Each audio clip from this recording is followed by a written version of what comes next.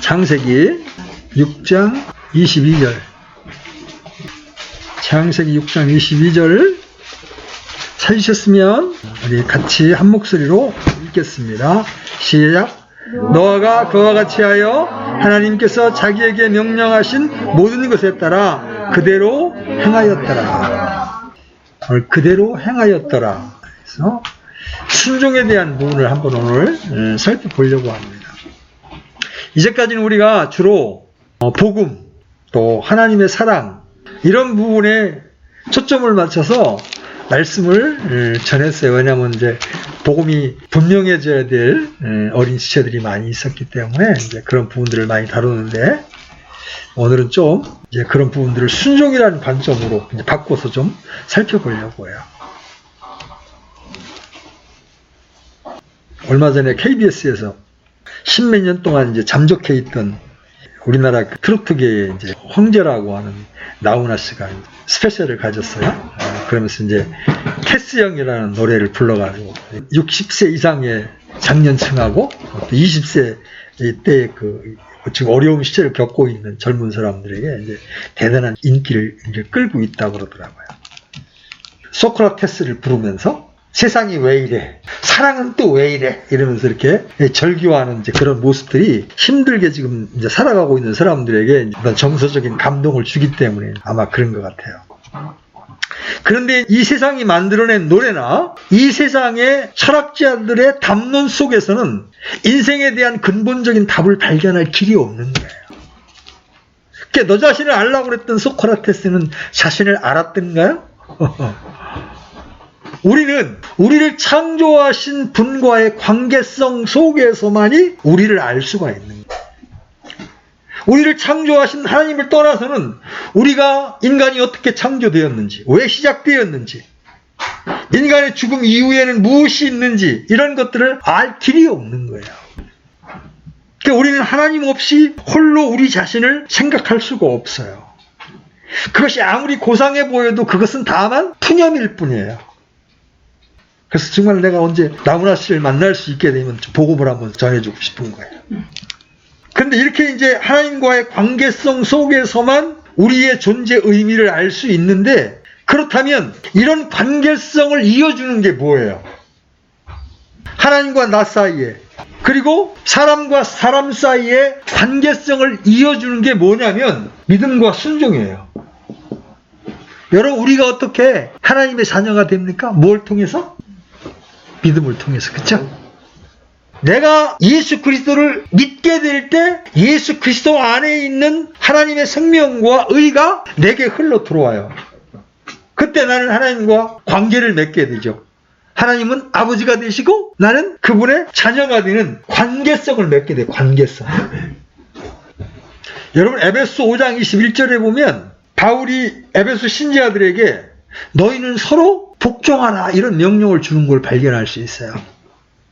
그래서 하나님과 인간 사이에 관계를 이어주는 게 믿음과 순종이고, 교회 안에 구원받은 신자들 안에 관계성을 이어주는 게 바로 순종이에요. 이 순종이라는 것은 성경에서 믿음 못지않게 중요한 주제예요. 성경은 분명히 상호 복종을 진리의 근간으로 삼고 있습니다. 그래서 순종하라, 하나님의 명령에 순종하라, 또 서로에게 복종하라는 이 명령은 절대적인 명령이에요. 믿음이 중요한 것만큼 이 순종도 중요한 명령이라는 거죠. 같이 가는 거예요. 여러분, 식물들을 잘라보면, 이렇게 자라고 있는 식물을 딱 잘라보면요, 그 식물 속에는 밑에서 자양분을 끌어올리는 관이 있는데, 이 식물 공부한 사람이 학교에서 공부하나? 네. 물관과 체관이라는 게 있어요. 그래서 그냥 물이나 유기물을 끌어올리는 물관, 그 다음에 무기물을 끌어올리는 체관이 끌어올린다. 그래서 영양분과 수분을 공급해주는 역할을 하는데, 이게 아주 밀접하게 연결되어 있어요. 그것처럼 믿음과 순종은 뗄래야 뗄 수 없는 밀접한 관계를 가지고 있어요. 근데 이 복음주의 진영에서 이 순종하라, 이 설교를 잘 안 해요. 왜냐하면 사람들이 이런 말을 하면 순종하라, 뭐 행하라, 지키라 이런 얘기를 하면 율법주의라고 하는 묘한 반감을 갖게 돼요. 제가 우리 모임에 있었던 형제들로부터도 제가 여러 번 그런 얘기를 이제 들었어요. 근데 이 순종이라는 말, 복종이라는 말이 율법주의를 조장하거나 독려하는 말이 아님을 여러분 유념하셔야 합니다. 순종은 어디까지나 믿음을 전제로 하는 거예요. 순종이란 믿음이 없이 하는 행위, 즉 율법주의나 금욕주의, 또 강요된 충성이나 사랑이 없는 헌신을 강조하는 게 결코 아닙니다. 순종이란 진리를 믿는 믿음이 바탕이 되는 거예요. 하나님과의 바른 관계성, 그 안에서 인격적인 순종이어야만 하는 거죠. 성경은 결코 노예가 폭군 아래서 어쩔 수 없이 강요받는 그런 순종을 요구하지 않습니다. 하나님 우리를 대단히 인격적으로 취급하십니다. 그렇게 한 영혼이 지옥 가는 것이 안타까운 일임에도 불구하고 하나님은 강요하시지를 않습니다. 또 우리 신자들이 변화되는 것도 마찬가지예요. 여러분 만약에 하나님의 명령에 순종하지 않는 지체들을 그냥 벌해가지고 꼬꾸라뜨리거나 질병에 걸려서 죽음 직전까지 가면 금방 변화될 수 있을 것 같잖아요. 그죠? 근데 하나님 그렇게 안 하세요. 아주 정중하게 말씀을 통해서 책망하시고 권고하시고 들을 때까지 기다려 주신단 말이에요. 우리는 선과 악을 택해야 하고 복과 저주를 택해야 합니다. 또 의와 불법을 택해야 되죠.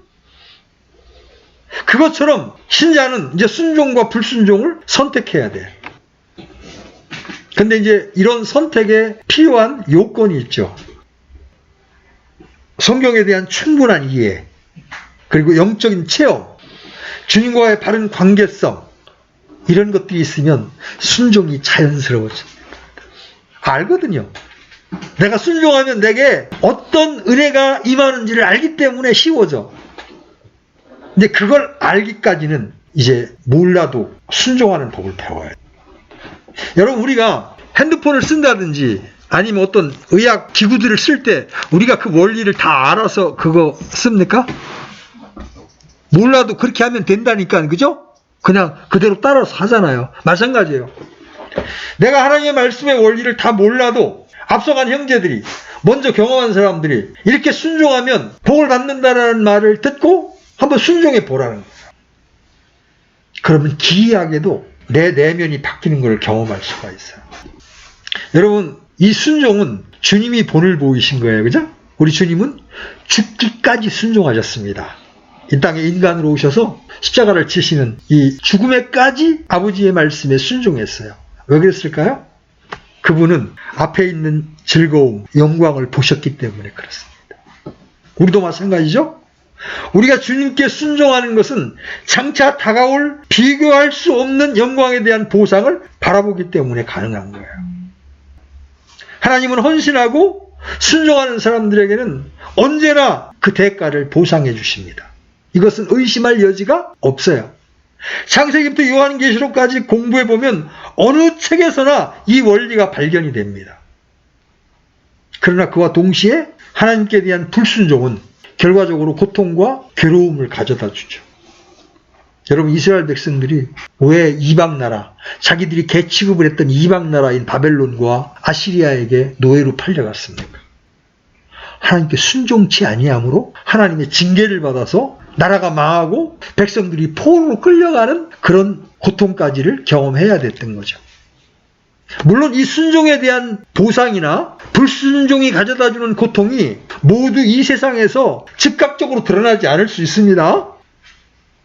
그러나 결국은 순종은 보상의 기쁨으로, 불순종은 괴로움으로 반드시 드러나게 되어 있다.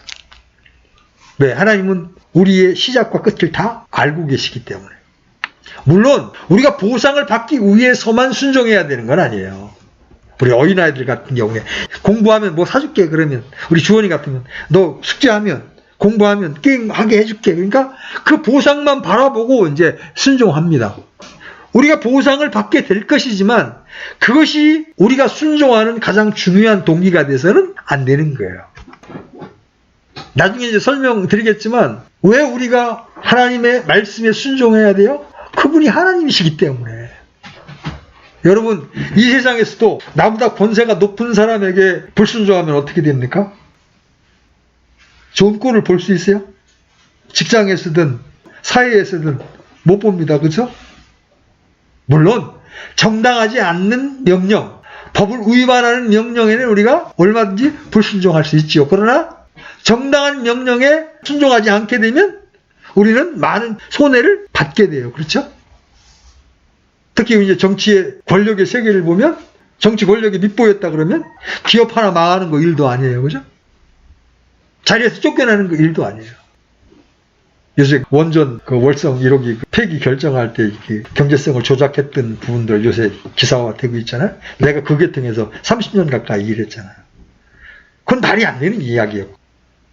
보통 이제 수명이 30년인데 미국 같은 경우 이렇게 수리를 해서 60년을 씁니다. 이미 세워진 것이고 거기에 이미 직원들이 있기 때문에 7천억 정도를 이렇게 들여서 수리를 했으면 앞으로 30년은 더 쓸 수 있어요. 아무 문제가 없습니다. 앞으로 짓는 것은 좀 이렇게 지연을 시키거나 중단할 수 있지만 기왕에 지어져 있는 거는 더 빼먹을 때까지 빼먹어야 되는데 일단 정권 차원에서 핵 폐기를 딱 결정을 하게 되니까 그냥 뭐 이거는 통치 행위로서 이거를 폐지하겠다 그러면 차라리 아싸라니 멋있고 좋은데 그걸 또 이제 합리화하려니까 경제성을 거짓말을 시켜야 되는 이제 이런 일까지 가서 이제 요새 이제 좀 배가 센 감사원장한테 이제 걸려 들어가지고 지금 그게 이제 이렇게 드러나면서 이제 정권 차원에서 이제 어려움을 겪고 있잖아요. 이런 일들로 인하여 산업부의 과장이 앞으로 2년은 더 사용하고 난 다음에 폐기하는 게 옳습니다 하고 이제 문서를 딱 올리니까 당시 이제 산업부 장관이 정치권에서 온 산업부 장관이 너 죽을래? 너 죽을래? 왜 내 말 안 듣느냐 이러거죠. 이게 세상이에요. 이 세상 사람의 권세에도 말을 안 들었을 때 자기의 신분이나 생명이 왔다 갔다 할 수 있는데 우리가 순종해야 될 대상인 하나님은 어떤 분이에요? 절대 심판자란 말이에요.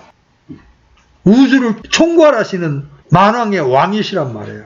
근데 신자라는 사람들이 이러한 어미로우신 하나님의 말씀 앞에 너무 순종하지 않는다는 거죠. 이 부분이 너무 안타까운 거예요. 여러분, 이 명령에 대한 순종은 특별히 이게 우리 신앙의 체험에 있어서 명령에 대한 순종은 단순간에 낮은 단계에 있는 믿음의 사람들을 높은 단계로 올려줍니다. 여러분, 베드로를 한번 기억해 보세요. 주님께서 이제 물 위를 걸어오니까 베드로가 자기도 걸어보고 싶은 거야. 그 주님, 저를 걷게 하옵소서. 그러니까 주님이 그래, 걸어와라. 그러니까 그 명령에 순종했을 때 베드로가 이 인력의 법칙을 깨트리고 물 위를 걷게 된 거예요. 영적으로도 마찬가지예요. 우리가 도무지 할 수 없는 일을 하나님께서 하라고 하셨을 때 형편과 환경과 상관없이 그 명령에 순종했을 때 기적을 체험하게 되는 거예요. 그러면 그 사람의 얕았던 믿음이 한순간에 높은 믿음으로 짬바할 수가 있는 거예요. 우리 어린 지체들이 많이 있어서 부모의 명령이나 부모의 설득을 잘 이해하지 못할 때가 있어요. 그죠? 왜 그래? 나 이거 하고 싶은데 왜 못하게 하는 거예요? 우리는 보통 이해하지 못하는 사람들에게 설명이나 설득을 하는 대신에 어떻게 명령을 내리죠. 그죠? 하지 마! 해! 명령을 내린단 말이에요. 우리는 모든 것을 다 이해하지 못하고 이해할 수도 없어요. 그럴 때면 그대로 순종해야 할 사용법이나 지침서가 담긴 책자를 원합니다. 그죠? 이 매뉴얼을 알기를 원하는 거예요. 잘 모르는 것이 있으면 전문가의 지시를 따르려고 합니다. 또 믿음이 가는 전문가라면 이유를 달지 않고 이해되지 않는다고 불평하지 않고 그대로 순종하기 마련이에요. 그 지시대로 해보니까 일이 풀리거든요. 문제가 해결되는 체험을 하게 되거든요. 마찬가지요. 영적인 세계에서도. 내가 잘 이해가 되지 않지만 우리 자매님도 그렇게 간직했지만 우리의 육신은 나를 힘들게 하는 사람을 향하여 판단하고 정죄하고 때로는 아주 독한 마음도 품을 수 있는 거예요. 이거 우리 육신이에요. 근데 이 육신적인 생각이 하나님 앞에 원수가 될 수 있다는 걸 깨닫고 이 육신적인 생각을 영적인 생각으로 딱 변화시켰을 때 내가 딱 코드를 뽑는 거예요. 딱 뽑았을 때 하나님이 내 안에 놀라운 기쁨으로 함께 해주시는 것을 발견하게 되는 거예요. 저런 사람을 내가 왜 용납해야 되는지 때로는 이해가 안 된다고. 저런 사람을 위해서 내가 축복 기도를 해야 되나? 내 육신이 이게 잘 허락이 안 된다고. 그런데 내가 이해가 되지 않는다 할지라도 그 말씀에 순종했을 때 용납해라, 용서해라, 위하여 축복하라는 말씀에 의지적으로 순종했을 때 하나님이 기이하게 우리의 마음을 바꿔주시고 어두웠던 마음을 밝은 마음으로 바꿔주시는 것을 경험할 수가 있어요. 물론 하나님은 많은 일들을 우리의 이성, 이해의 범주 안에 두시고 이성과 지식을 통해서 문제를 해결하도록 하십니다. 우리는 절대 이성 택이론자들이 되어서는 안 됩니다. 그러나 어떤 것들은 믿음과 순종을 통해서만 해결할 수 있는 일들이 너무나 많다는 거예요. 그런 일들에 대해서는 주님을 믿고 그 말씀을 따라 순종할 때 문제가 해결되고 주님의 도우심을 체험할 수 있게 되는 거죠. 그 명령에 따라 자꾸 하다 보면 익숙하게 되고 자신도 모르게 몇 단계씩 비약적으로 도약하는 그런 체험을 하게 되는 거예요. 특히 초신자 때 무조건적인 순종을 여러분들 배우셔야 합니다. 그래야 주님을 알게 돼요. 자꾸 이성으로 따지지 말고 자꾸 내 생각으로 따지지 말고. 여러분, 뛰어난 사람과 함께 일을 하게 되면 얻게 되는 유익이 나의 성장과 발전이에요. 그죠? 뛰어난 사람과 같이 일하다 보면 나도 모르게 배우게 돼요. 그죠? 교회 안에 서로 형제자매들끼리 교제하고 이렇게 삶을 나눠야 되는 이유가 하나님이 저 형제에게 저 자매에게 저렇게 일하셨구나. 나도 그렇게 하면 그런 복을 누릴 수 있겠구나. 이런 걸 배우는 거예요. 꼭 설교를 통해서만 배우는 게 아니에요. 이해가 되지 않고 알 수 없는 것들을 가르쳐주는 대로 따라하다 보면 자연스럽게 이해의 과정을 넘어서게 되는 거예요. 하나님과 함께 일하고 하나님의 능력과 지혜로 살기 위해서는 주님이 말씀하시는 대로 믿고 순종하는 것 외에 다른 길이 없어요. 여러분, 믿음과 순종은 뗄래야 뗄 수가 없는 관계예요. 우리는 사람의 죽음과 심판이 불순종으로부터 왔음을 알고 있습니다. 그렇죠? 아담은 실수나 무지로 인해 범죄한 것이 아니라 불순종으로 말미암아 죄를 범했고 모든 사람이 죄인이 되었어요. 로마서 5장 19절 이는 한 사람 불순종으로 많은 사람이 죄 있는 것 같이. 그렇죠? 한 사람의 불순종이란 아담의 불순종을 말하는 거죠. 하나님은 아담에게 순종해야 할 한 가지 계명을 주셨습니다. 그게 뭐예요? 창세기 2장 17절 한번 해요. 창세기 2장 17절. 같이 읽습니다. 시작. 알게 하는 나무에서 나는 것은 먹지 말라. 그 나무에서 나는 것을 먹는 날에 내가 반드시 죽으리라 하시니라. 하나님은 지켜 행하면 영원히 살 수 있는 생명의 계명을 주셨습니다. 이것은 명령으로 주신 거예요. 권고나 훈계가 아니에요. 명령이었습니다. 창세기 3장 11절에 보면 하나님이 아담에게 묻습니다. 내가 네게 먹지 말라 명령한 그 나무에서 나는 것을 네가 먹었느냐?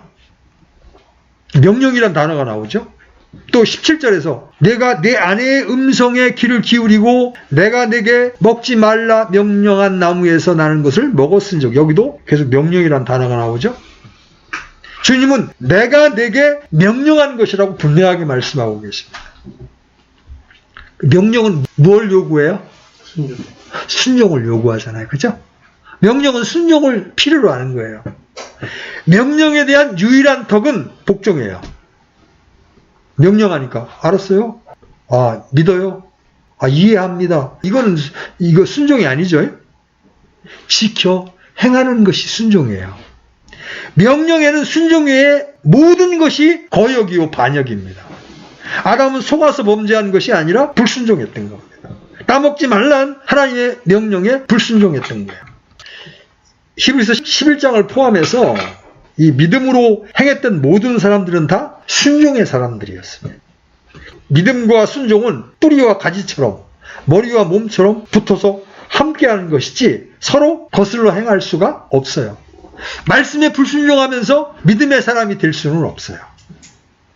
우리는 성경을 읽을 때 한 시대를 여는 사람들에게 언제나 주님께 순종해야 할 생명의 말씀, 즉 계명의 말씀을 주신 것을 볼 수가 있어요. 첫사람 아담에게 순종해야 할 계명의 말씀이 뭐예요? 동산 중앙에 있는 선악을 알게 하는 나무의 실과를 먹지 말라 했어요. 이 계명만 지키면 아담은 즐거움의 동산인 에덴에서 영원히 하나님이 주신 복을 누리면서 살 수가 있었던 거죠. 아담은 이 계명에 불순종함으로써 죄와 사망을 이 세상에 들어오게 했고 모든 사람에게 죄와 사망을 전달하게 됐어요.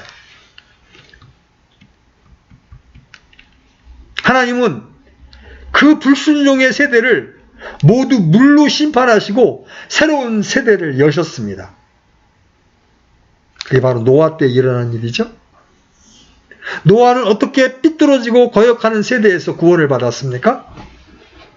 하나님의 말씀을 믿음으로 순종했기 때문이에요. 오늘 본문 열어보십시오. 창세기 6장 22절. 6장 22절. 노아가 그와 같이 하여 하나님께서 자기에게 명령하신 모든 것에 따라 그대로 행하였더라. 하나님께서 이 땅을 물로 심판할 것을 작정하시고 노아에게 명령하시죠. 방주를 만들어라. 그리고 방주에 타라. 7장 5절도 가보세요. 7장 5절. 같이 읽습니다. 노아가 주께서 자기에게 명령하신 모든 것에 따라 행하였더라. 노아는 주님의 모든 명령을 믿었을 뿐만 아니라 행했어요. 물로 심판할 거라는 걸 노아가 믿기는 했는데 방주를 준비하지 않았으면 어떻게 됐을까요? 노아가 그 홍수 가운데 살아남을 수 있었을까요? 죽었을까요? 죽었죠. 말씀을 믿기는 하지만 순종하지 않을 때 어떻게 됩니까? 망하는 거예요. 그래서 순종하지 않는 믿음은 온전한 믿음이 아니다. 구원하는 믿음이 아니다. 우리는 롯의 예에서 그것을 볼 수가 있어요. 롯은 소돔과 고모라의 심판에 대해서 천사들을 통해 하나님의 말씀을 들었습니다. 그리고 그는 믿었습니다. 그래서 딸과 사위들에게 전해주었어요. 그러나 그는 속히 떠나지를 못했죠. 이 천사가 이제 손을 강제로 이끌고 잡아당길 때까지 머뭇거리고 떠나지를 못했습니다. 만약 그가 소돔을 떠나지 못했다면 그는 불과 유황 속에 묻히고 말았을 거예요. 여러분, 듣는 것이 전부가 아닙니다. 들은 것을 믿어야 하고 믿으면 순종해야 합니다. 노아가 하나님의 말씀을 듣고 믿었다 할지라도 그가 방주를 만들지 않았다면 그 역시 죽었을 거예요. 그렇죠? 그러나 노아는 믿고 순종했습니다. 여러분, 히브리서 11장 7절 한번. 히브리서 11장 7절. 같이 한번 읽어보겠습니다. 시작. 믿음으로 노아는 아직 보지 못하는 일들에 대해 하나님으로부터 경고를 받고 두려움으로 움직여 방주를 예비함으로 자기 집을 구원하였으니 그것으로 말미암아 그는 세상을 정죄하고 믿음으로 말미암는 의의 상속자가 되었느니라.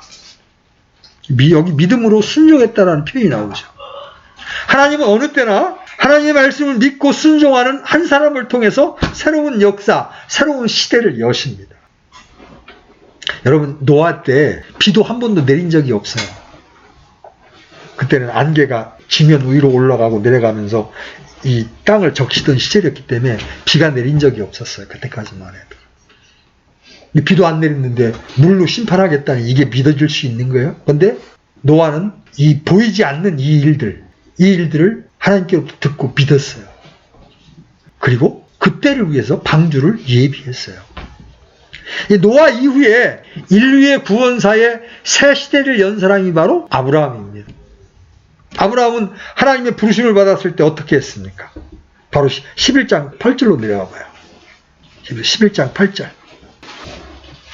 같이 읽습니다. 시작. 믿음으로 아브라함은 부르심을 받아 훗날 상속재산으로 받게 될 것으로 나가면서 순종하였고 자기가 어디로 가는지 알지 못한 채 나아갔습니다. 하나님께서 가라 그러니까 어디로 가야 되는 줄도 모르고 그냥 떠났습니다. 목적지도 안 알려주고 너는 본토 친척 아비 집을 떠나라. 그대로 순종했어요. 이러한 아브라함의 순종은 점점 깊어지고 커져서 나중에는 독자 이삭을 묶고 제단 위에 드리기까지 했죠. 그래? 창세기 22장에 보면 이제 그 부분이 나와요. 주님은 그의 이런 순종에 대해서 크게 축복하십니다. 또 내 시 안에서 땅의 모든 민족들이 복을 받으리니 이는 내가 내 음성에 순종하였기 때문이라. 아브라함의 순종은 아브라함의 씨에서 난 모든 민족들에게 복으로 임했습니다. 후에 주님은 아브라함의 아들 이삭에게 복을 주시면서 그 복의 근거가 아브라함의 순종이었음을 말씀해 주십니다. 창세기 26장 한번 열어보죠. 창세기 26장 5절. 오늘 지금 순종을 배우고 있습니다. 창세기 26장 5절.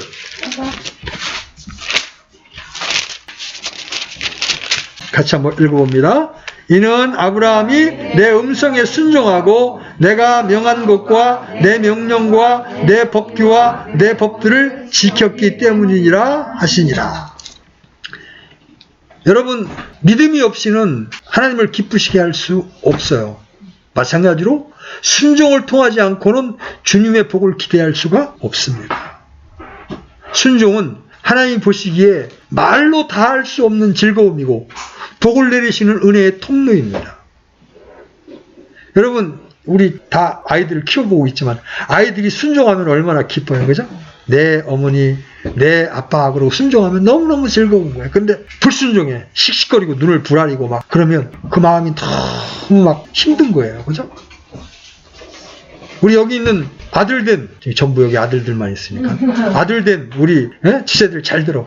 여러분이 부모의 말씀에 순종하면 그건 여러분의 부모의 즐거움이 됩니다. 마찬가지로 신자가 하나님의 명령에 순종하면 그것이 하나님의 기쁨이 되는 거예요. 또 하나님이 기쁘니까 그 순종 후에 상을 베풀어 주시는 거예요. 아브라함의 복을 받아 누리고 싶은 자들은 아브라함의 순종의 발자취를 따라야 합니다. 아브라함은 믿음의 조상이죠. 그죠? 순종의 본입니다. 여러분, 율법 시대를 연 모세를 한번 생각해 보세요. 그의 평생을 요약하는 한마디 말씀은 이것입니다. 여러분, 출애굽기 40장 16절 열어보십시오. 출애굽기 40장 16절. 순종의 사람들을 찾아보고 있는 거예요. 출애굽기 40장 16절 같이 읽습니다. 시작. 모세가 그와 같이 행하되 그 주께서 자기에게 명령하신 모든 것에 따라 행하였더라. 다 행하였더라. 모세는 종으로서 신실했죠? 그는 하나님의 말씀을 받아서 백성들에게 전해주었고 40년을 한결같이 하나님의 말씀대로 행했습니다. 여러분, 성도들이 그리스도 안에서 누릴 수 있는 모든 영적인 복 역시 순종을 통해서만 얻을 수가 있어요. 여러분, 우리 자신을 육신의 종으로 내어주든지 죄의 종으로 내어주면 평강, 기쁨, 자유, 안식 이런 걸 전혀 누릴 수가 없어요. 주님의 보호하심이나 인도하심 역시 전혀 체험할 수 없어요. 말씀을 듣고 순종할 때만 우리는 성경이 말하는 바 참된 기쁨과 자유와 안식을 누릴 수가 있는 거예요. 하나님의 자녀로서 자녀에게 약속된 특권을 누리고 싶다면 여러분, 순종의 도를 배워야 합니다. 아내들아 남편들에게 복종하라. 자녀들아 부모에게 복종하라. 이런 단순한 명령에 여러분들이 한번 순종해 봐요. 그러면 하나님이 주신 놀라운 기쁨을 경험할 수 있어요. 자, 우리가 순종해야 되는 이유를 한번 이제 정리해 봅시다. 우리가 하나님께 순종해야 되는 첫 번째 이유. 그분이 하나님이시기 때문이에요. 아까도 얘기했지만 위의 권력자에게도 불순종하면 손해를 볼 수 있는데 우주 만물의 창조주시고 생사화복의 주관자이신 하나님께 순종하지 않는다는 것은 그야말로 겁대가리를 상실한 거예요. 그분은 하나님이시며 우주의 전능자이십니다. 우리의 순종을 받으시기에 합당하신 분이에요. 그렇죠? 그렇기 때문에 우리는 순종해야 되는 거예요. 그분이 하나님이시기 때문에. 둘째로 그분이 지혜로우신 하나님이시고 우리를 위한 최선의 것만을 요구하시기 때문이에요. 네. 그분의 명령은 우리가 못 되라고 우리 괴로우라고 주시는 명령이 아니라 그분이 우리에게 명령하실 때는 우리에게 가장 좋은 것이기 때문에 명령하는 거예요. 부모들이 자식들에게 명령할 때는 때때로 자기 이기적인 게 끼잖아요. 그죠? 근데 하나님이 우리에게 명령하실 때는 우리에게 가장 좋기 때문에, 최선의 것이기 때문에 그런 명령을 주시는 거예요. 그분의 지혜는 우리로 하여금 그분의 진리의 빛 아래 우리에게 유익이 되는 것을 지시하는 것이기 때문에 우리가 순종해야 되는 것이죠. 세 번째, 순종해야 될 세 번째, 그분을 향한 우리의 헌신과 사랑 때문이에요. 하나님이 우리를 위하여 어떤 일을 해놓으셨는지를 우리가 알게 돼요. 구원받은 사람은 하나님이 나를 위해 해놓으신 일을 알게 돼요. 그러면 나도 이제 하나님 앞에 헌신하고 싶고 그 하나님을 사랑하고 싶어요. 근데 사랑하는 사람 말에 순종하지 않는다?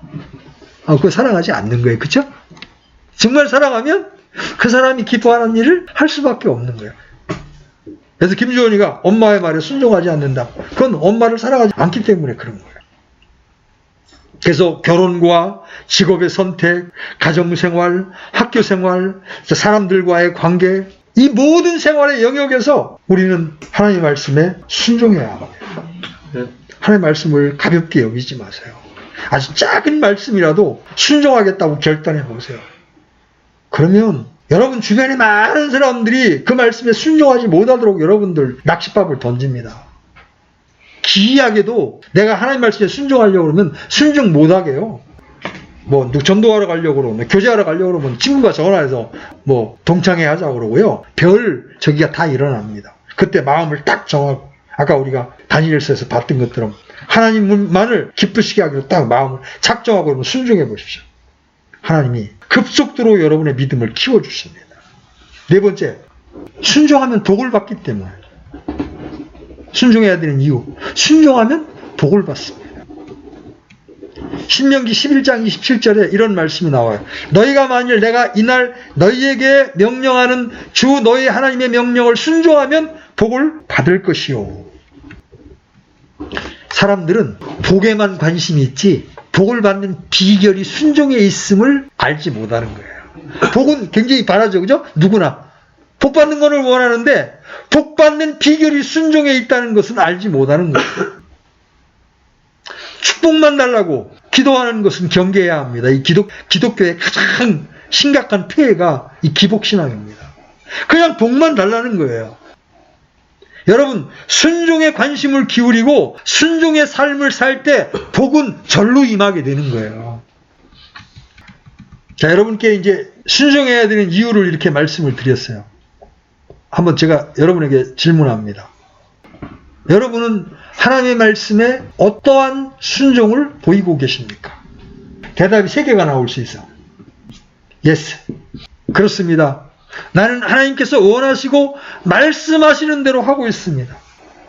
아니면 최소한도 하려고 노력하고 있습니다. 정반대의 대답, No. 그렇지 않습니다. 나는 하나님께서 원하는 일을 하고 있지 않습니다. 이런 분들은 회개하셔야 돼요. 생각을 돌이켜야 돼요. 세 번째, 아주 애매한 사람이 있어. 난 하나님께서 하라고 말씀하신 것을 하고는 있습니다. 그런데 전부는 아닙니다. 부분적으로 주님께 순종하고 있다는 거죠. 이게 사탄이 가장 좋아하는 전략이에요. 네가 취사 선택해서 네가 좋은 거는 순종하고 너 좀 껄끄러운 건 순종하지 마. 이게 사탄의 전략이에요. 여러분, 부분적인 순종은 실제로 불순종과 같은 겁니다. 여러분, 이 부분적인 순종을 했다가 망한 사람이 있어요. 그게 누구냐면 이 왕정시대의 이스라엘의 초대 왕인 사울 왕 때였습니다. 사울은 1회, 즉 7일을 기다리라는 명령을 들었지만 기다리지 못하고 자신이 직접 번제 헌물을 드립니다. 여러분, 율법에 의하면 하나님 앞에 번제 헌물을 드릴 수 있는 사람은 누구만이 드릴 수 있어요? 제사장만이 드릴 수 있어요. 그런데 제사장이 안 오는 거예요. 그러니까 마음이 급하니까 사울 왕이 직접 자기가 짐승을 잡아서 번제 헌물로 드립니다. 때로 사람들은 형식이 뭐 중요합니까? 이렇게 불순종하면서 그 불순종을 정당화하고 합리화하려고 합니다. 하나님의 말씀을 자의적으로 해석하고 적용해버리는 거예요. 그들은 모두 사정이 있고 할 말이 있다고 말하는 거예요. 사울도 그렇게 변명하죠. 내 자신이 어쩔 수 없이 드렸나이다. 제사장이 안 오니까. 말 못할 사정, 급한 사정이 있어서 어쩔 수 없이 했다는 거죠. 이것이 불순종하는 사람들의 변명거리입니다. 그러나 주님은 그런 사울을 향해 뭐라고 말씀하셨는지 아세요? 하나님께서 왕에게 명령하신 명령을 지키지 아니하였도다. 이제 주께서 이스라엘 위에 왕의 왕국을 영원히 세우려 하셨을 터이나 이제 왕의 왕국이 지속되지 못할 것이라. 주님의 명령을 지키지 않았기 때문에 이제 그 왕국이 다른 사람에게 넘어갈 거란 얘기예요. 하나님께서는 순종하지 않는 사람을 통해서 역사하지 아니하시고 영예를 주지 아니하시고 왕국을 지속하지 않으신다. 사울 왕에게 또 한 번 하나님 기회를 주십니다. 아멜렉, 그러니까 이스라엘의 적국이었던 아멜렉을 진멸하라는 명령을 주십니다. 모든 것을 다 죽이라, 짐승까지 다 죽이라는 명령을 주셨는데 사울 왕이 아멜렉 족속의 왕을 사로잡고 백성은 다 죽이고 왕은 사로잡습니다. 그리고 이 양과 소와 살찐 것 중에서 가장 좋은 것, 이런 것들은 또 살려둡니다.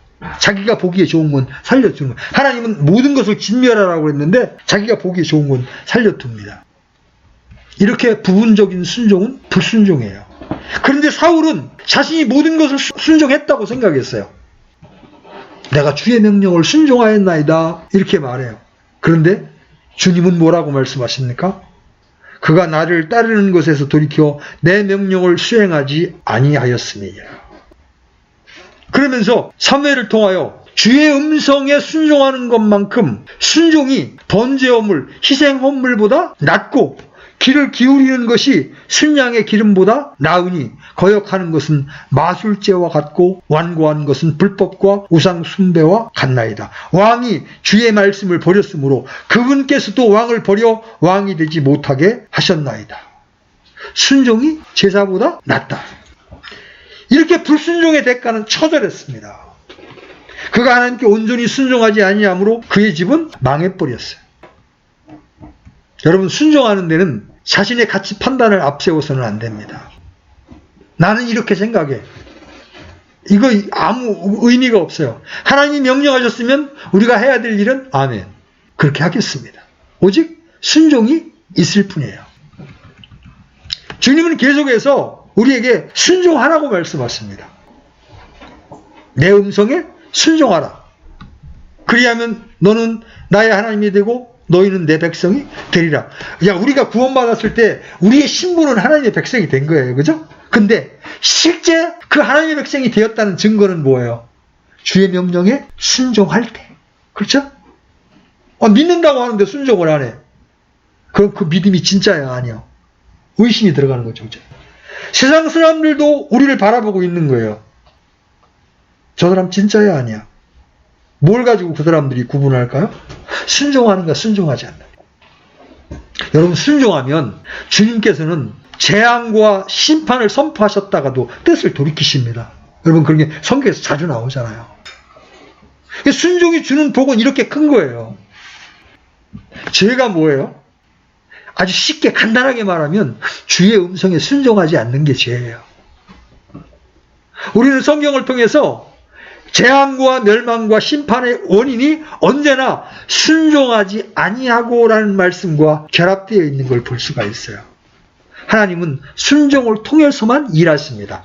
한 사람의 불순종으로 인하여 모든 사람이 죄인이 된 것 같이 한 사람의 순종을 통해서 모든 사람이 의롭게 되는 거예요. 예수 그리스도는 죽음에 이르기까지 순종하셨습니다. 그리고 주님은 하나님의 아들이실지라도 고난받으시는 일들로 인하여 순종하기를 배우셔서 완전하게 되셨어요. 우리가 그분을 본으로 따라가는 자들이라면 마땅히 우리가 순종하는 자리에 서야 되는 거죠. 우리가 과거에는 어떤 사람들이었어요? 불순종의 자녀들이었습니다. 불순종의 영을 지닌 그런 사람들이었습니다. 그죠? 여러분, 디도서 3장 3절 한번 열어보세요. 디도서 3장 3절.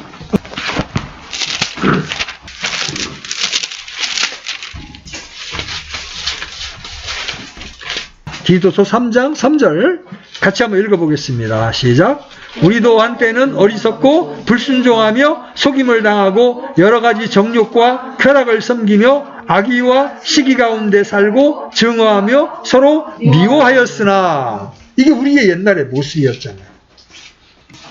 그러나 이제 믿음을 통하여 우리가 순종의 자녀가 되었습니다. 그러면 우리의 초점이 어디에 맞춰져야 될까요? 자, 베드로전서 1장 14절 열어보십시오. 베드로전서 1장 14절.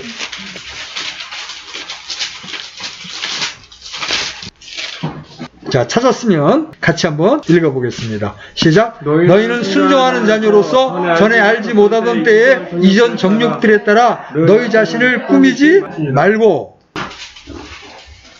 우리의 신분이 바뀌었다면 이제 그 신분에 걸맞게 이제 너희 자신을 과거에 알지 못하던 때에 따르던 정욕들에게 맞추지 말라는 거예요. 이제는 어디에다 맞춰야 돼? 이제는 하나님의 말씀에 맞춰야 되는 거예요. 그래서 이제 끝내 우리가 성령을 통해 진리에 순종함으로 우리의 혼을 깨끗하게 하여 거짓 없이 형제를 사랑하는 데까지 우리가 이르러야 되는 거예요. 오늘 우리가 암송했던 말씀, 서로 사랑하라, 이 말씀까지 순종할 수 있어야 되는 거예요. 주님의 새 명령이 뭐예요? 모든 율법의 명령을 하나로 이렇게 결합시킨 명령이 뭐예요? 서로 사랑하라. 서로 사랑하라. 우리가 주님을 사랑함으로써 주님의 계명이 결코 무겁지 않다는 사실을 알고 믿음과 순종의 삶을 영위해야 하는 거예요. 믿음의 사람들이 모두 주님이 말씀하실 때 다 행하였더라, 이렇게 간증하는 것은 그들이 말씀을 들을 때 믿었기 때문에 가능한 거예요. 말씀을 들을 때 믿음이 생기고 믿을 때 행하고자 하는 마음의 결단이 생기게 되죠. 하나님께서 우리 안에 더욱더 풍성하게 말씀을 부어주시고 우리 속에 행하고자 하는 의지와 소원을 불어넣어 주시기를 기도합니다. 주께서 내게 말씀하신 것은 무엇이든지 다 행하리이다. 이게 우리의 소원이 되어야 합니다. 아멘? 아멘. 기도합시다. 하나님 아버지, 오늘도 하나님의 말씀을 통하여 순종하는 자들을 찾고 있는 주님의 마음을 보았습니다. 순종하게 될 때 하나님께서 우리 안에 놀라운 복들을 허락하시며 믿음의 세계를 한 차원 더 높은 곳으로 인도한다는 사실도 보았습니다. 우리가 얼마나 많은 때 우리에게 유익이 되는 것만을 순종하고 십자가를 져야 하고 고난을 겪어야 하는 것들은 애써 애매하면서 부분적인 순종의 길로 가고 있는지를 저희들이 잘 압니다. 주님, 우리를 불쌍히 여겨주시고 우리의 마음을 단일하게 작정해서 이제 어떤 말씀이든지 주님께서 원하시는 것이라면 순종하겠다는 결단으로 남은 인생을 살아가기를 원합니다. 우리가 결단할 때 주님, 그 의지에 힘을 주셔서 우리를 유혹하는 음성과 세력들을 거절할 수 있도록 주님께서 은혜를 베풀어 주시기를 원합니다. 그래서 우리 모든 지체들이 순종의 사람으로 발견되어 하나님께서 주시는 복을 누리면서 이 땅에 살아계신 하나님을 증거하는 자들로 발견될 수 있도록 우리를 이끌어 주시기를 원합니다. 우리를 순종의 사람으로 불러주신 주님 앞에 감사를 드립니다.